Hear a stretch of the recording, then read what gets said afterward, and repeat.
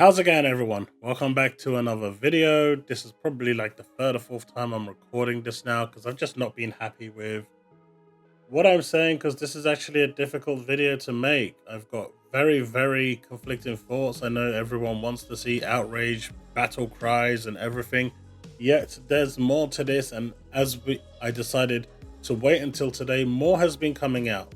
Now, I do want to preempt this that, the shutting down of studios and people losing their jobs is awful. It's not nice. It never is nice, people losing their jobs. Unfortunately, it's part of the industry we live in, but it's a really bad situation to be in, and the games industry as a whole is just not getting any better as the boom for COVID is collapsing, and we're seeing the after effects of that, just like we did with the massive boom in the UK back in the early 2000s, and then we hit a massive recession. It's not getting any better. It's not getting any easier. But a lot of these studios, Alpha Dog, Roundhouse, at least Roundhouse pretty much was absorbed. Alpha Dog is pretty much gone, although we're about to find out later in this video as to what actually happened to these guys. But like I said, no matter which way you look at it, every majority of these have had management failure, have had oversight failure, and there've been, for some, no clear guidance. But in some cases, the studios were completely gutted for a while now, and as we're about to see, they were a shell of their former self. Now, this isn't me excusing what's happened, but at the same time, it's for some of these, it was inevitable, especially with Arkane Austin and how they lost faith in regards to just developing. I mean, Redfall was a complete and utter disaster. People didn't even want to work on the game, and as a professional, that's 101 something you don't do. But we're going to get into a lot of this as the video goes on. But honestly, I see everyone blaming the trio, but I think this is the trio that you should be blaming. I mean, the Black Viking is on point. These are the three, in my opinion, that are the ones to blame for everything. Because since they got involved, like predominantly, and came out of the shadows and came into the forefront thinking that they're actually doing something, and a lot of people championed their way of thinking, right? Wanting them to go third party and wanting them to take a better stance and get rid of Xbox. Well, this is what it looks like. So for all of you that did champion this is what you are championing all along. So don't start crying about it and having your double standards, because that's bullshit. This is what you was championing, and this is what in the end happens, right? So I'm gonna get past that now, because I'm actually quite annoyed at that. I'm still seeing it online right now where people are console warring and celebrating that these studios are closed, predominantly on the PlayStation side. It's fucking pathetic, you fucking pieces of shit. These are real lives that are actually being affected by this.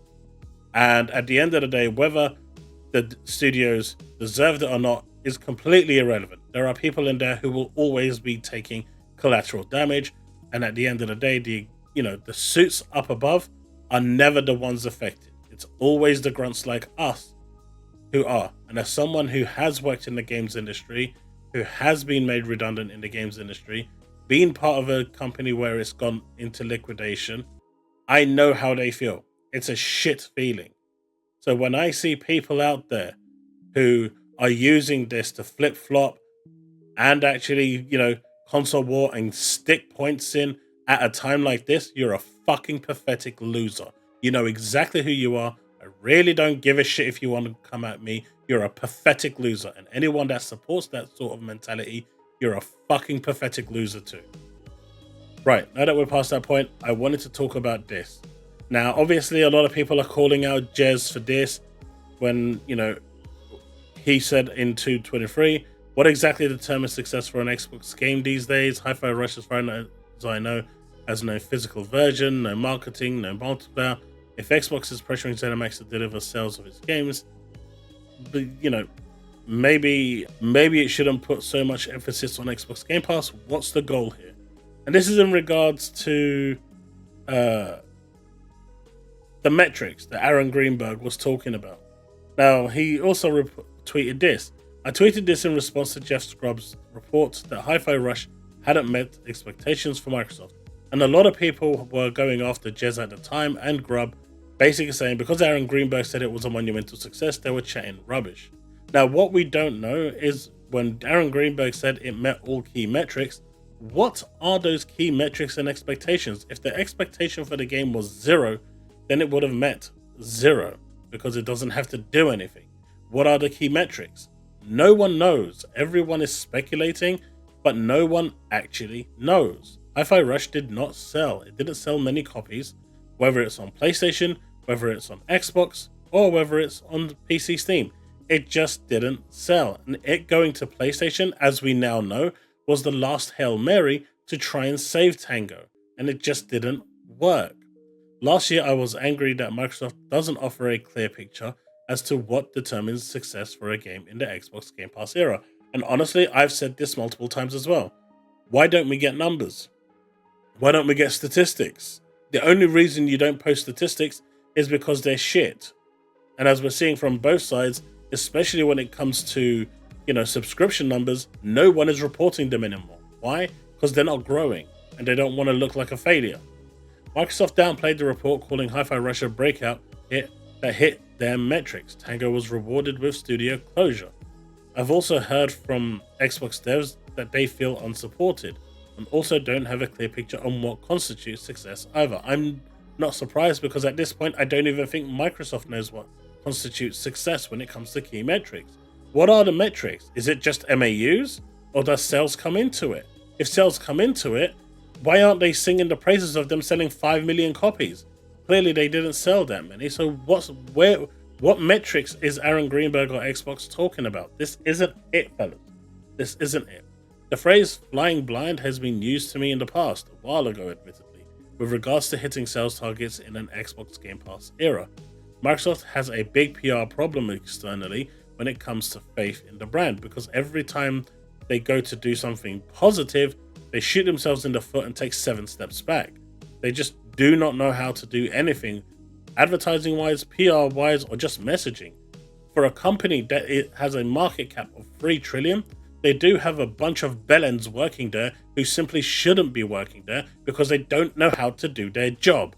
And for the past, 10 years, they have failed historically at doing their job. With corporate making decisions before frontline can even react. Can you feel the burn, controller? Like that. You saw my reaction to that in the stream yesterday. I'm not going to show it here because it really triggers me. It really triggers me. That controller, Feel the Burn, that came out yesterday, it pissed me the right off. I mean, it's triggering me now just thinking about it. And I'm not even looking at it. Feel the Burn? Like, are you mentally retarded? Like, you have to have some form of brain damage, brain rot, to be able to release something like that and be that insensitive to what's going on. Now, I was told yesterday, well, it's a different department that does all of that. I don't give a shit.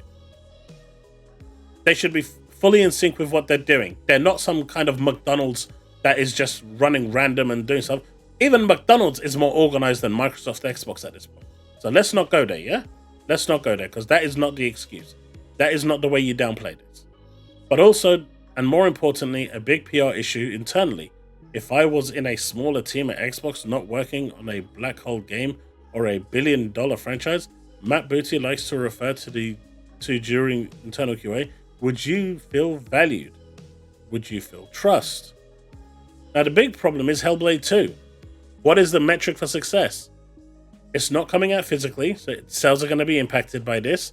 It's only coming out digitally, and it's going to be on Game Pass day one, so sales are going to be impacted by this. It's not AAA, it is a AA title, so sales will probably be impacted by this as well. It is not a mainstream game, it is a niche game that I'm personally a fan of, so I'm going to be playing. I'm waiting for a physical release to buy it. At the end of the day, if it's digital and I'm always going to have Game Pass, I see no reason to pay digital when I've already got it on digital. Let me buy it physically, and then I'll pick one up. Hellblade 2 is heading for a digital only, probably mostly Xbox Game Pass release with zero marketing. Now that's entirely incorrect. I know this for a fact. There is marketing coming. Yes, I know because I've seen the marketing, or at least part of the marketing, because I've worked on it. That's all I'm going to say. As a narrative adventure game, it really doesn't fit the bill for the kind of game mega publishers make. Microsoft previously touted Xbox Game Pass as a vehicle for creative games like this, like Hi-Fi Rush. Hi-Fi Rush got Tango closed down. I mean, there is some of that to it, but that isn't primarily the reason. There are other underlying reasons which we're about to see. Microsoft is positioning these decisions internally. How is Microsoft reassuring its teams? The problem is, from what I'm hearing, they are not. And I'm guessing what Jez is hearing is also true. Working while fearing for your job is a great way to kill studio morale. Trust me, I know this because for the past year, we have all been on knife's edge as people where I work has been let go pretty much on a weekly basis, and we have like a roulette bingo at the moment on who's going to be next on the chopping block. We try to console support each other, but we were at 300, now we're at something like maybe 50 people. And that number is still shrinking as this merger is completely and utterly gutting the company that I work at. And at the end of the day, mergers are mergers, right? I'm not going to sit here and be a hypocrite and say, oh, this is bad, because I knew what was happening when the moment this merger was announced. Just like ABK and Microsoft. So I'm not going to sit here and be a hypocrite about it. But what I will say is that morale, especially where I'm working, is at an all-time low. I don't think it's ever been as low as it is right now. Like, morale is rock bottom. You could probably scrape it at the bottom of the barrel and still get lower. Working while fearing for your job is a great way to kill studio morale. And it really is, right? Because you just don't... If you're going to lose your job anyway, why put any effort in? But at the same time, if you put maximum effort in, you can still lose your job. So it creates a really bad dilemma. Microsoft is its own worst enemy, I feel. It absolutely is. Jeff Grubb was attacked for Hi-Fi Rush report. I remember being attacked for reporting on this report. I do remember that.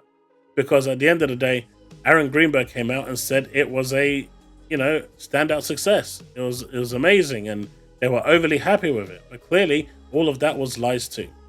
Turns out his report was accurate. Don't bet against Grubb. I'll always bet against him. Sorry. Hi-Fi Rush was under-marketed in a shadow drop. It was. No retail version, which hurt it. It should have been ported to Nintendo Switch 2. Massive change in tune compared to what it was, but a Switch version was announced. I don't know if it's still coming, but at least it was announced that it was coming because it was registered under Peggy. So that means there was intention to port it over to the Switch. That's probably not going to happen now. It could have found its legs. Tango especially was failed by Microsoft, in my opinion, not the other way around. Now, there are some things here. I think it's more interesting the next 12 months. The current economy all over the world is in the trash. All industries are still course correcting from the COVID lockdowns. Tom Henderson said more are coming in the next 12 to 18 months. Now, there's a lot more to this, but, if we're looking at this statement here, Tango most likely closed because Shinji Mikami and Ikumi Nakamura left, not because the sale metric of Hi-Fi Rush. Now, there is actually an email here that actually corroborates this, right? This makes a lot of sense. If this is true, it fits into Phil's criteria for closing studios. Arkane lost the passion and Tango's leadership left. And if we read this, it's from Phil Spencer. I don't think we've ever closed a studio due to the studio's profit and loss. Now, I've been badgering on about profit and loss for ages. Clearly, Phil sees this in a different way. It's almost always been either from leadership leaving, Lionhead as an example, or as we've seen here with Shinji Mikami and Ikumi Nakamura, which fits the bill, or the team just losing passion, which, as we know with Austin, fits the bill, right? It fits the bill. It's there for all to see. Because with Redfall, no one there wanted to make the game. Everyone was they lost their passion, right? They lost their passion. They didn't want to continue building it. And when a studio loses its passion for gaming, you get what's called redfall. Now, here's some information from Risk It, and again, take this with a grain of salt before I give my final thoughts on what I'm feeling right now. But you've probably felt some of the resentment coming, and for me, it's mainly towards these three: Satya Nadella, Amy Hood, and Tim Stewart, which again, everyone was championing and wanted their ways to be the right way. And what I don't get right now is that if you guys were celebrating this, and I'm not talking about the Xbox fans, I'm talking about the PlayStation fans and everyone else outside of the Xbox ecosystem. If you were championing for these three to take a more controlling role, and now that they have studios are closing, why are you complaining? Why are you being the biggest hypocrite on this planet? You have no right to complain at all. Zero. Because you got what you wanted. So shut the fuck up and sit down.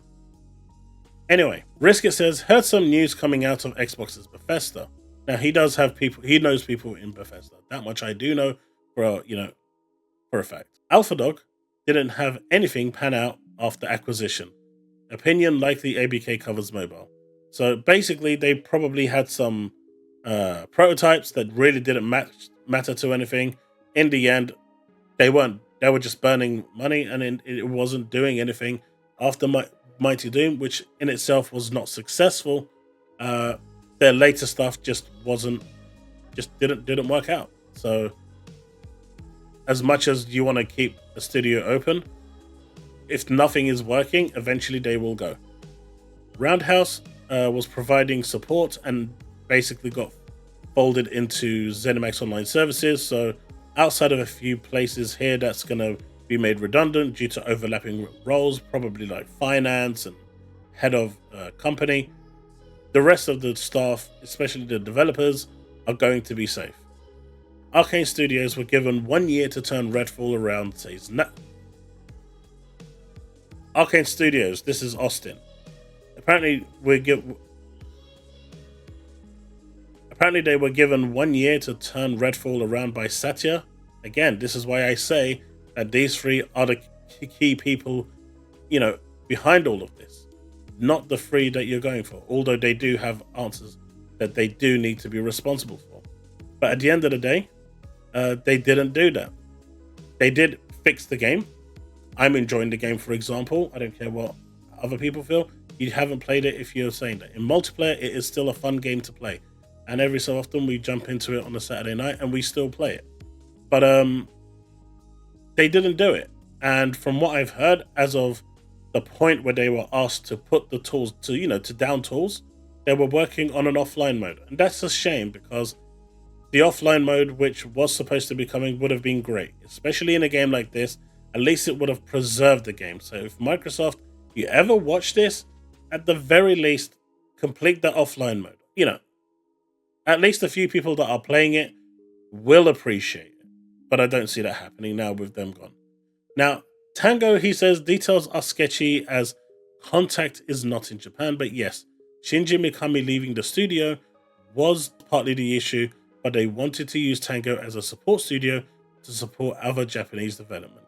Opinion, not sure of how that brought an axe, but that's the word. But if we're looking at this, it kind of corroborates with the criteria for Phil. Either the studio loses passion, which we saw with Austin, or the leadership leaves. And in the case of Tango, both of them left, right? Both of them left. Both Shinji Mikami and Ikumi Nakamura both left. And what's worse is that when Shinji Mikami, he actually took the majority of the talent with him to the new studio. So what was left was just a shell. The main creative minds had already gone. What was left are the people that actually are the do-jobbers. They're not the creative, they're not the masterminds behind thinking of an idea to bring to the forefront. So when you take that out of the equation, and he took everyone with him that he found valuable, that was good, and they followed him because, he was pretty much the head of Tango Works. Tango was left as a former shell. They weren't even Tango in the end anyway. Like, the whole situation here is a wild series of just total awfulness. But with Redfall, you know, that was clearly a Sacci mandate, and I 100% believe that. These three are the ones that should be taking the brunt of it. But you won't find anyone blaming these three, because if they do, they'll be a hypocrite. They will, because they supported these three, all of them, in all of it, and wanted them to take a more controlling role because A, it wasn't profitable, and all of this and all of that, when they've come out multiple, you know, the brass have come out multiple times and said the complete opposite. Now, Phil has lied multiple times. Sometimes he's had to change tune because of the FTC. Sometimes he's had to change tune for other reasons to keep the studios alive. You know, it's obvious that the reason he ported Hi-Fi Rush over to PlayStation was to try and save the people left in Tango, because it wasn't making money. Because that's all these three care about. Now, when we're talking about Matt Booty, I don't think he's done a single thing. What has he actually done? What has he actually achieved? What has he actually put in place? He just sits there, gets paid, and that's it. I don't think I've actually seen him say anything. He came out last year and said Perfect Dark is in a really good place. He can't wait for everyone to see it. Yet we're hearing now from Jeff Grubb that the game is in a complete mess. It's in shambles. So is he lying, or is he telling the truth? And if he's lying, why the hell are you lying about something that you don't need to lie about? Just say you're not in a position to talk about it. At the end of the day, you know, the studio's closing is awful. And my heart goes out to the people that are in that position, because I've been there and I know how it feels. But, you know, at some point, questions have to be asked. Where is this coming from? And it's these lot. It's these lot. Now you're looking at games, you know, companies like Obsidian. What is the metric for success? Is Obsidian going to get closed next? Is Ninja Theory going to get closed next if, you know, Hellblade 2 doesn't sell well? Like, what is the actual metric, these key metrics that they talk about? And that's my problem. Now, I've clearly looked through what this is. I've clearly looked through what Jezza said. You know, we've spoken about these three, and looked at this, which I think this is pretty much on point of what I was saying yesterday in my stream.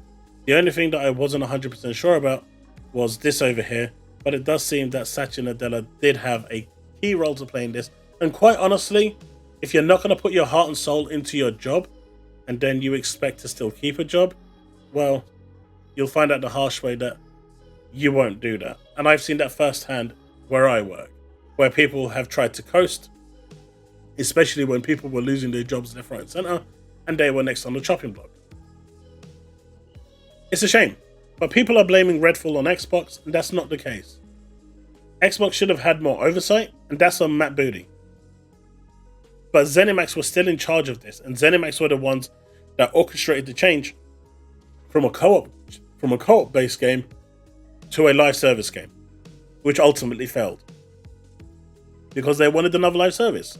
They wanted another Fallout 76. Well, unlike Fallout, which had the name behind it to keep it going, this did not. And it failed. And with it, the studio left. But if we are looking at the criteria that has been set, I don't think we've ever closed a studio due to the studio's P&L. That's my theory of them being profiteering out the window. It's almost always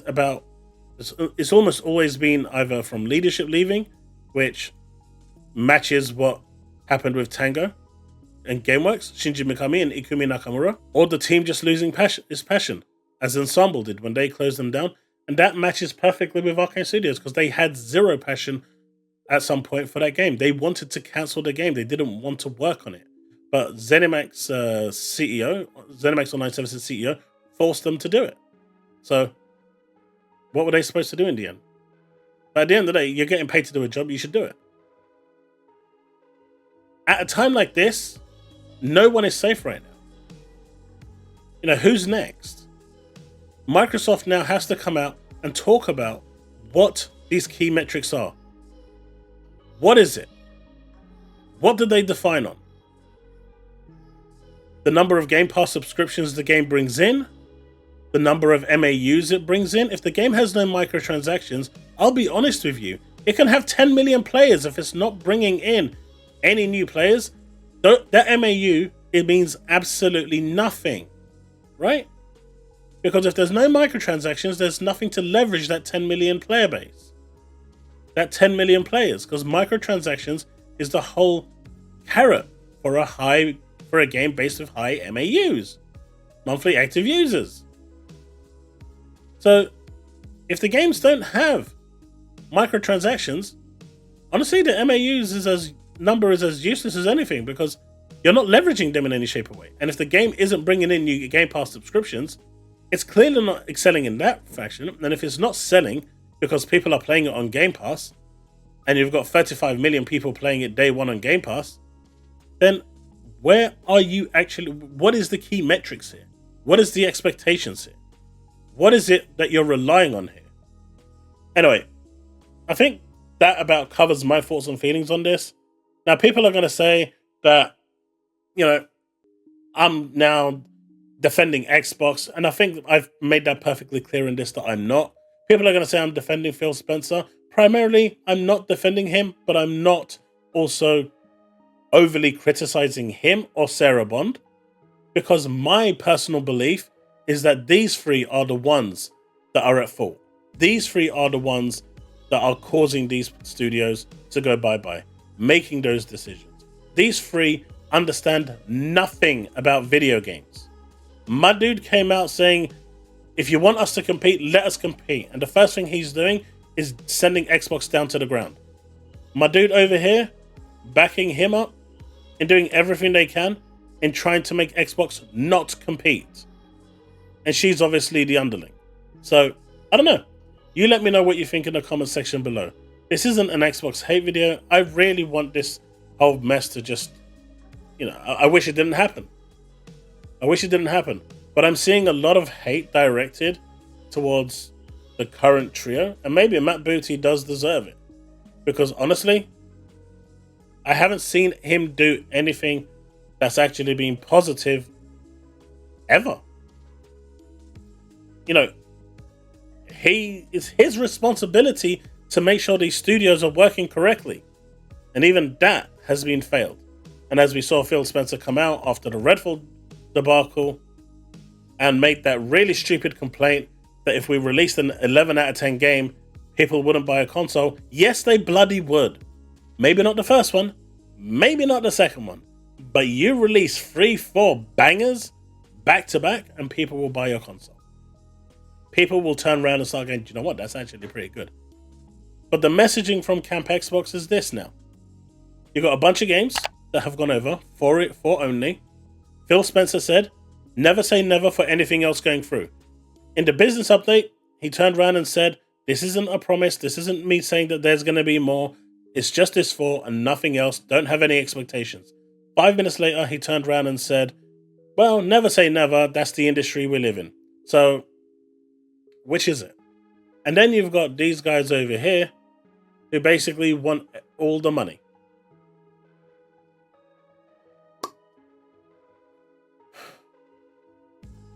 It's depressing. It's depressing. But that controller, Phil the Burn, definitely wasn't it. But as it is, we've got Hellblade 2 coming out soon. You've got Xbox fans now saying, please buy the game to save these studios. And the majority of the people are not going to buy it on Xbox. They're just not. They're going to play it on Game Pass, which is where, they've subscribed to. It's available there day one. If it was available physical, those people that care about it would have went and bought it physical. But it's not available physical either. Steam's going to have to carry the load again, trying to maintain high sales. And hopefully it sells well there. But what this now means is you've got people talking about the actual games companies. You've got one side now saying which games are exclusive and which games are not. The messaging is no longer clear. And now you've got the studios who don't know what the key metrics are in what can keep them safe. How is that? How badly can a studio be run? Now, I get that there is a business level to all of this. There is, right? I'm going to be real with you. Alpha Dog, nothing panning out. No money coming in. See you later. Roundhouse being absorbed to cut costs, but most of them being safe. I get it. Arkane Studios losing the passion. If you're not willing to work, and the majority of them were feeling that way and weren't giving their all 100%, and even after a year, the community, even after the fixes to Redfall, the playing community didn't bother giving Redfall a chance. That's it. They were at the mercy of the community. And the community spoke by saying, even if you fix Redfall, we are not going to play it. So, to a certain degree, you shouldn't complain about Arkane Studios. Because the game is fixed, but you still weren't willing to give it a try. You still mocked it. You still turned it into a meme. There are consequences to people's actions. And as people will have said time and time again, you speak with your wallet. And you did. You were not willing to pay or give, Redfall a second chance. Even if it was free on Game Pass. For those people that are subscribed to Game Pass, you still didn't try. And for that reason, there are consequences. And Arkane Studios felt it. Whether you like this harsh reality or whether it pisses you off is irrelevant. That is the reality. Your actions have consequences. And as you can see, as a consumer, you hold a lot of it. As for Tango, I really think Tango is a mixture of Shinji Mikami, Ikumi Nakamura leaving, them taking all the creative people that actually made Tango what it was. So it wasn't even, it wasn't even Tango anymore. And a case of just, the staff being leaderless and not knowing which way they were going. And from what I've heard, that was the general kind of sentiment at Tango Works after they left and took like a whole bunch of people to go create their own studio. They didn't really know which way to go. But it is what it is. And I'm going to end it there. That's it. Remain legend, folks. Peace out.